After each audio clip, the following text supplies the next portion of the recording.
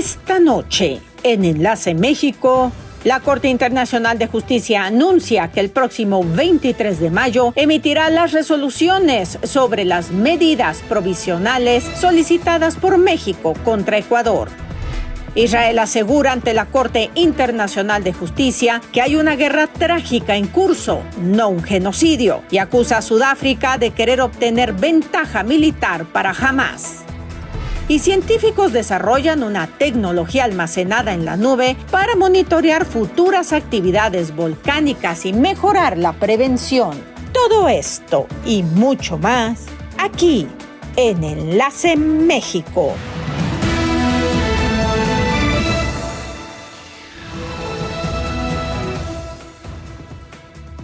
¿Cómo están? Un placer darles la bienvenida a su noticiero Enlace México. Muy feliz viernes para todos ustedes. Gracias por permitirnos entrar en sus hogares. Como siempre, transmitiendo desde Puebla de Los Ángeles para todos ustedes que residen en la Unión Americana y son nuestra gran comunidad migrante. Y por supuesto se enlazan a través de Mexicanal. Y para todos ustedes que utilizan nuestras diferentes plataformas para estar enlazados e informados sobre lo que sucede en México y el mundo. Están apareciendo en sus pantallas todas nuestras redes sociales, recordándoles que también está nuestro portal de noticias enlacemexico.tv y nuestro número de WhatsApp 22 27 27 25 56 para que envíe lo que guste, saludos, comentarios, audios, videos, etcétera. Lo que sea, siempre nos da muchísimo gusto saber de ustedes. Vamos a dar inicio, aquí ya tenemos listo el recuento de algo de lo más importante que sucedió este día en nuestro México. Acompáñenme a verlo.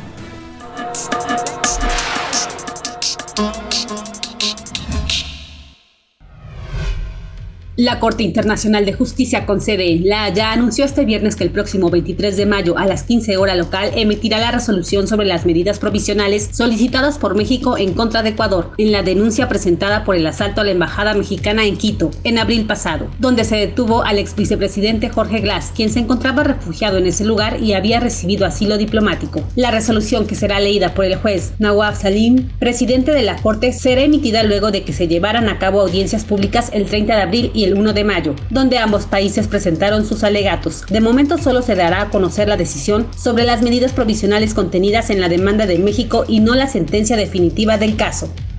La candidata a la alcaldía de La Concordia en el estado de Chiapas fue asesinada a balazos el jueves junto con otras 5 personas, incluida una menor de edad. Así lo informó la fiscalía local. La víctima es Lucero López Maza, de 28 años y militante del Partido Popular Chiapaneco, que tiene presencia local. De acuerdo con las primeras investigaciones, se suscitó un enfrentamiento entre civiles armados tras un acto de campaña de la candidata. Así lo detalló un comunicado de la Fiscalía Estatal. Según testimonios de habitantes de la localidad, López Maza se desplazaba en un vehículo cuando fue interceptada en una gasolinera ubicada sobre una carretera. La policía y los cuerpos de emergencia informaron que otras 2 mujeres, una de ellas menor de edad, y 3 hombres murieron en el ataque.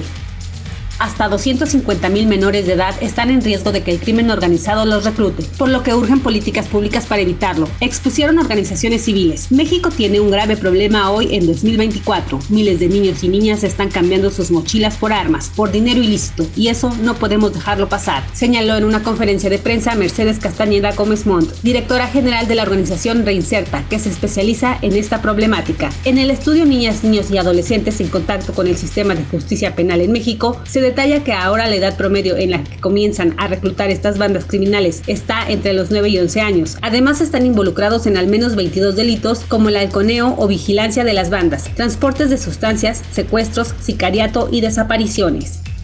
Un grupo de juzgadores federales presentaron una nueva denuncia anónima por presuntos actos de corrupción cometidos durante la administración del exministro Arturo Saldívar. Acusan que un juez supuestamente resolvió a modo amparo sobre la construcción del Aeropuerto Internacional Felipe Ángeles y la cancelación del nuevo Aeropuerto Internacional de la Ciudad de México, y ahora forma parte del órgano que investigará a funcionarios implicados en el caso. La denuncia fue presentada en contra de Juan Carlos Guzmán Rosas, actual secretario ejecutivo del Consejo de la Judicatura Federal, señalado por su probable actuación ilegal y parcial al resolver los juicios de amparo relativos a ambos aeropuertos, y que tiempo después fue nombrado magistrado para ocupar el cargo de secretario ejecutivo de vigilancia del mismo órgano. La información nacional como todos los días.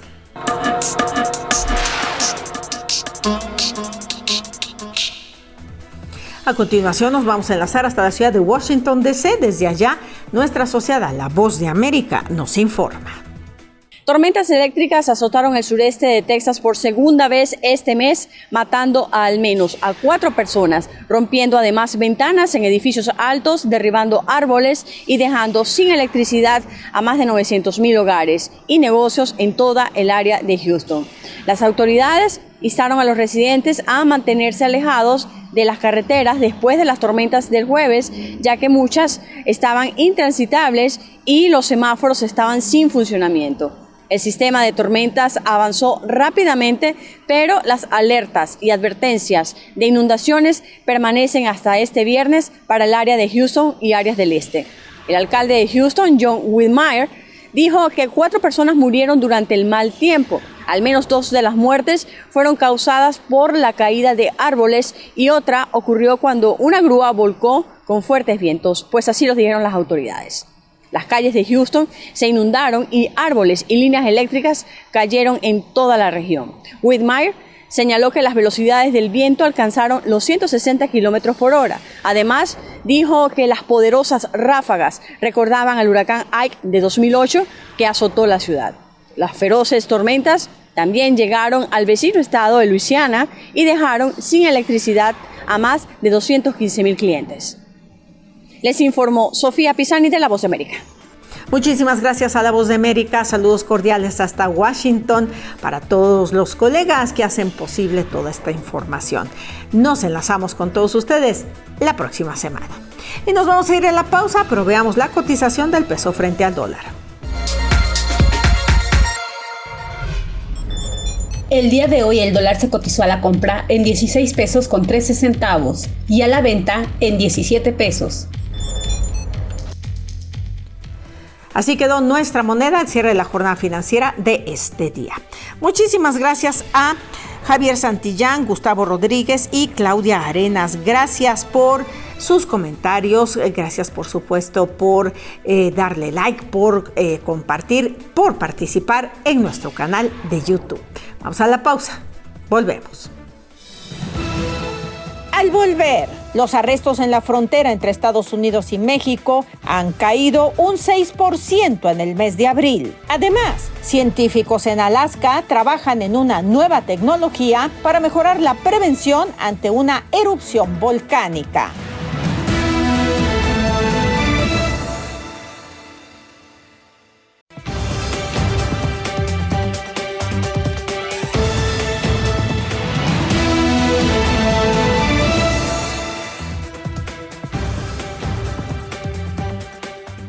Estamos de regreso con mucha más información. Si le parece bien, vamos a hacer un breve viaje a lo largo de la historia. Un día como hoy, pero de 1510, en Florencia, Italia, muere Sandro Botticelli, gran pintor del Renacimiento florentino. El nacimiento de Venus y la primavera son 2 de sus obras maestras más conocidas. En 1792, en lo que hoy es Wall Street, tiene lugar una reunión de 24 empresarios en la que se dan los primeros pasos para la creación de la Bolsa de Nueva York, al firmar un acuerdo conocido como Bretton Woods Agreement con las reglas para comerciar con acciones. Hechos y personajes que siempre es bueno que recordemos. Y bueno, vamos ahora a otros hechos y personajes que seguramente van a ser historia. Hoy fueron noticia. Está listo lo que es el acontecer noticioso del panorama internacional. Acompáñenme a verlo.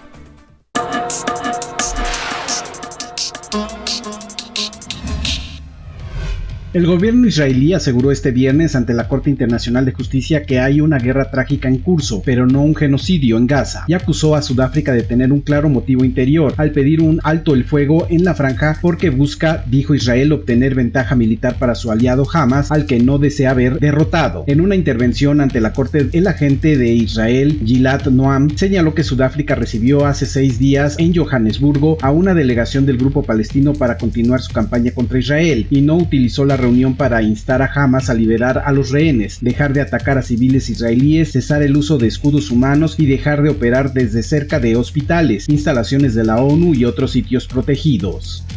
Las detenciones por cruzar ilegalmente la frontera hacia Estados Unidos desde México se redujeron en más del 6% durante abril, el cuarto mes con la menor cantidad de arrestos de la presidencia de Joe Biden, anunciaron las autoridades, revirtiendo el aumento que suele registrarse durante la temporada primaveral. Las autoridades estadounidenses atribuyen en gran medida el descenso a una mayor vigilancia por parte de México, incluyendo en lugares en donde se tienen conocimiento que los migrantes abordan trenes de carga. El gobierno mexicano no permitirá más de 4,000 ingresos ilegales al día hacia Estados Unidos, dijo Alicia Bárcena, secretaria de Relaciones Exteriores. Si bien las cifras siguen siendo elevadas, el marcado declive de detenciones desde finales de diciembre es una buena noticia para Biden en un tema crucial que lo ha asediado en las encuestas durante un año electoral.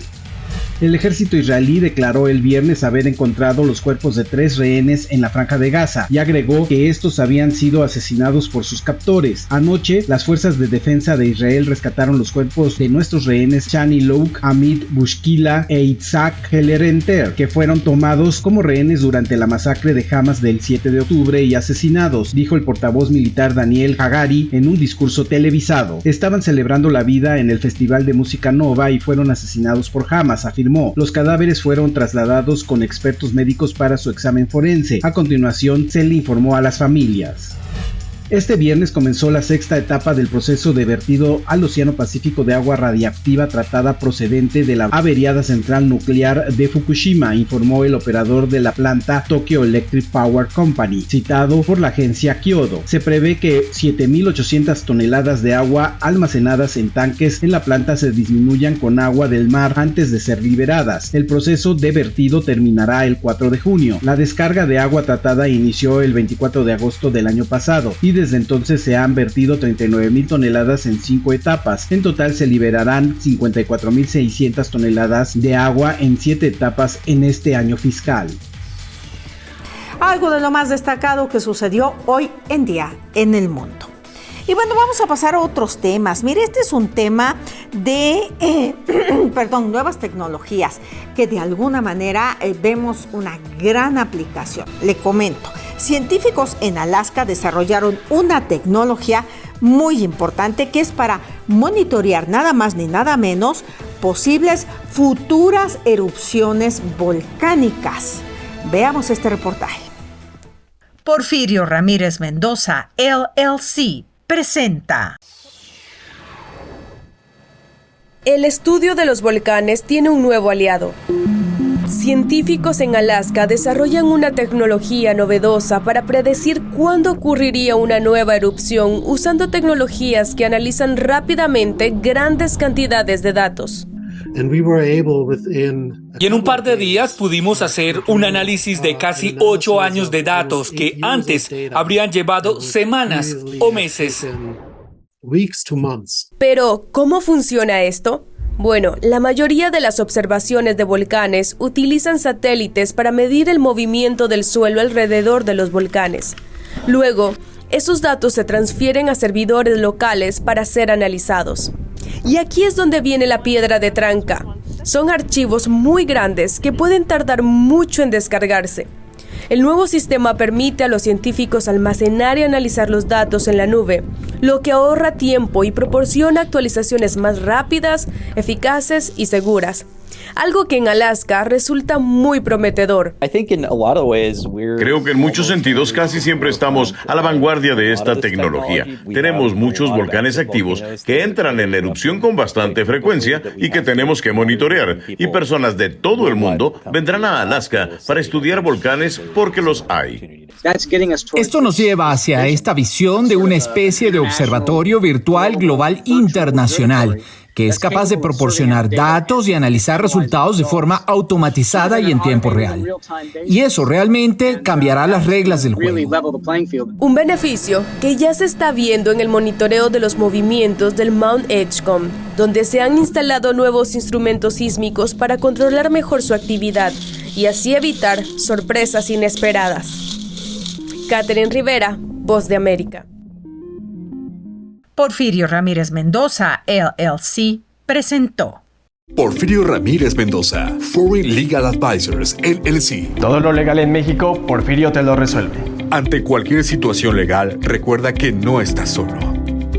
Habla con Porfirio. Porfirio te lo resuelve. Si dejaste algunos asuntos sin resolver en México, yo soy Porfirio y Porfirio sí te lo resuelve. Bueno, imagínense, ahí está toda esta información valiosísima, la verdad, sobre todo en países con volcanes que están activos y que, bueno, pues están en peligro de que en algún momento puedan hacer alguna erupción, ¿no? México no es excepción. Hay muchos volcanes en América Latina y alrededor del mundo en donde esta tecnología sería muy, pero muy valiosa. Excelente. Bien, terminación 8100, saludos a la familia Palomares Limón de sus hijos desde San Mateo, California. Vamos a la pausa, seguimos. Al regresar, los retos a los que se enfrenta la Comisión Federal de Electricidad y Pemex. Además, llega Explorador para llevarnos al Cañón del Paraíso, un espectáculo natural fuera de serie.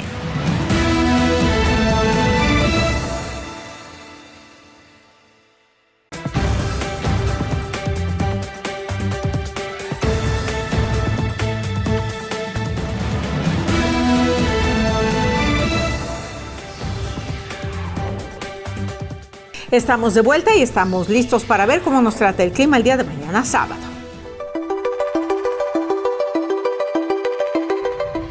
Para este sábado, la ciudad de Houston, Texas, tendrá una temperatura máxima de 90 grados Fahrenheit, 32 grados centígrados, la mínima 74 Fahrenheit, 23 grados centígrados. El día estará con tormentas eléctricas dispersas. En la ciudad de Los Ángeles, California, la máxima esperada es de 73 grados Fahrenheit, 22 centígrados, mínima 56 Fahrenheit, 13 grados centígrados. El día va a estar parcialmente nublado.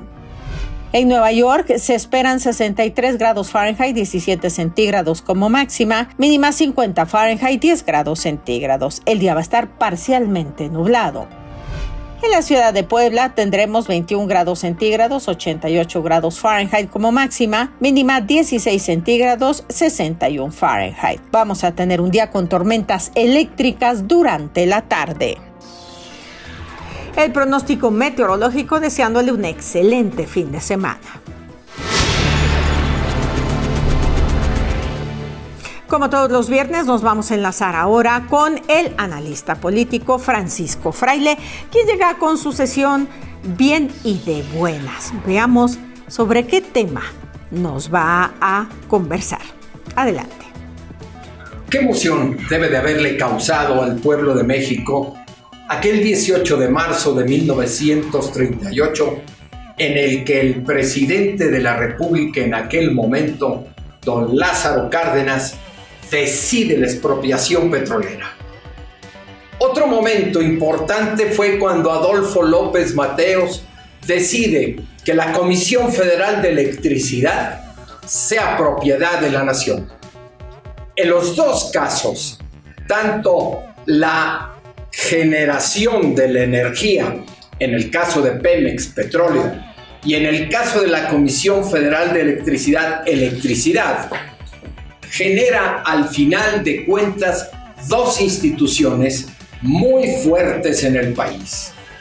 ¿Cómo es posible que la Comisión Federal de Electricidad no haya pensado muy en serio en una expansión en los últimos años y meses para lograr tener energías limpias en lugar de las energías con el uso del carbón, en el cual todavía tenemos en el país, o el uso de la hidroeléctrica, que en este caso nos está faltando el agua y está sucediendo que se está deteniendo la producción de electricidad?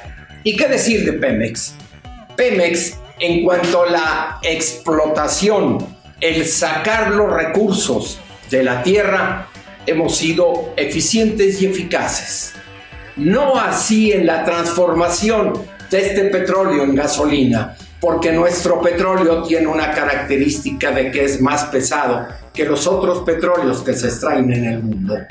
Entre estas cosas, es de suma importancia entender que Pemex ha tenido que echarse mano de los recursos fiscales para poder sobrevivir como empresa. Estos son dos grandes retos que tiene México para el futuro. que se abra a la iniciativa privada la posibilidad de hacer y de producir la gasolina, y la otra, que se abra la gran posibilidad de que la Comisión Federal de Electricidad permita que empresarios inviertan en lo eólico y en lo solar para sacar energía en México. ¿Tú qué piensas? Para mí es urgente estos cambios en la vida nacional de México. Y quiero decirte que estoy bien y de buenas. Paco Fraile. Muchas gracias a Francisco Fraile por tu sección Bien y de Buenas. Nos enlazamos contigo la próxima semana. Y llega, como cada viernes, el periodista investigador Julián de Jesús Peña. Por supuesto, viene con su extraordinario explorador. ¿Qué le parece si vemos a dónde nos lleva en esta ocasión? Explorador. En el estado de Querétaro, dentro de su zona semidesértica, se esconde un paraíso muy poco conocido y sumamente espectacular. Hoy hablaremos del Cañón del Paraíso de Peñamiller. Se localiza a 10 kilómetros de la carretera San Juan del Río Xilitla y a 3 kilómetros al oeste del pueblo de Peñamiller, sobre la carretera federal 120. En el lugar hay puentes colgantes muy viejos y uno muy moderno que cruza una de las partes más anchas del río. Cuando no hay playas en el cauce, se puede caminar dentro del río en temporada de secas. En las lluvias, la fuerza del agua puede llevarse a las personas si deciden poner en riesgo su vida. Senderistas han hecho recorridos a pie y en bicicleta. Hay partes donde el agua llega hasta las rodillas y existen algunas pozas donde uno puede darse un buen chapuzón. Dentro del cañón, los muros son impresionantes y tienen una peculiaridad. Son de mármol negro, una muy visible veta en la montaña. El Cañón Paraíso en Peñamiller se encuentra en la biosfera de Sierra Gorda de Querétaro. Altas montañas bloquean la humedad del Golfo, haciendo que el territorio sea semidesierto, lleno de cactus y una pequeña parte con bosques templados y cuerpos de agua. El nombre del pueblo proviene de una montaña llamada El Picacho. Al fundador de la comunidad, José de Escandón, ese lugar le recordó la Peña Mellera en España. Con el tiempo, el nombre se transformó en Peñamiller. El río Extórax excavó ese gran cañón del paraíso que tiene 10 metros de ancho y 700 metros de largo con lados de mármol negro. Hay algunas cuevas y otras formas en las paredes del cañón, así como petroglifos y pinturas rupestres realizadas por antiguos chichimecas. El Cañón del Paraíso, un remanso visual entre las grandes maravillas de la naturaleza de México. Julián de Jesús Peña, explorador. Muchas gracias a Julián de Jesús Peña y su explorador. Nos enlazamos contigo la próxima semana. Con esto llegamos al final de esta edición en Enlace México. Les comparto los saludos de Adolfo Espino desde Puebla, Puebla, para su hermano Juan de Dios Espino, que está en la ciudad de Tulsa, Oklahoma. Paulino Gómez desde Idaho Falls, en Idaho, manda un fuerte abrazo a su mamá Carmelita Robles, que está en el municipio de Tlapanalá, y la felicita por su cumpleaños. Muchas felicidades. Enrique Moreno desde Coatzingo, Puebla, saludos a sus tíos Julieta y Enrique Moreno Alves, que viven en la ciudad de Denver, Colorado. Gracias por habernos acompañado. Por favor, sigan cuidándose muchísimo. Es fin de semana. Disfrútelo responsablemente. Disfrute de lo más valioso que tenemos, nuestra familia. Y ya sabe, buenas tardes, buenas noches para todos. Nos esperamos el próximo lunes para enlazarnos como todos los días aquí en Enlace México.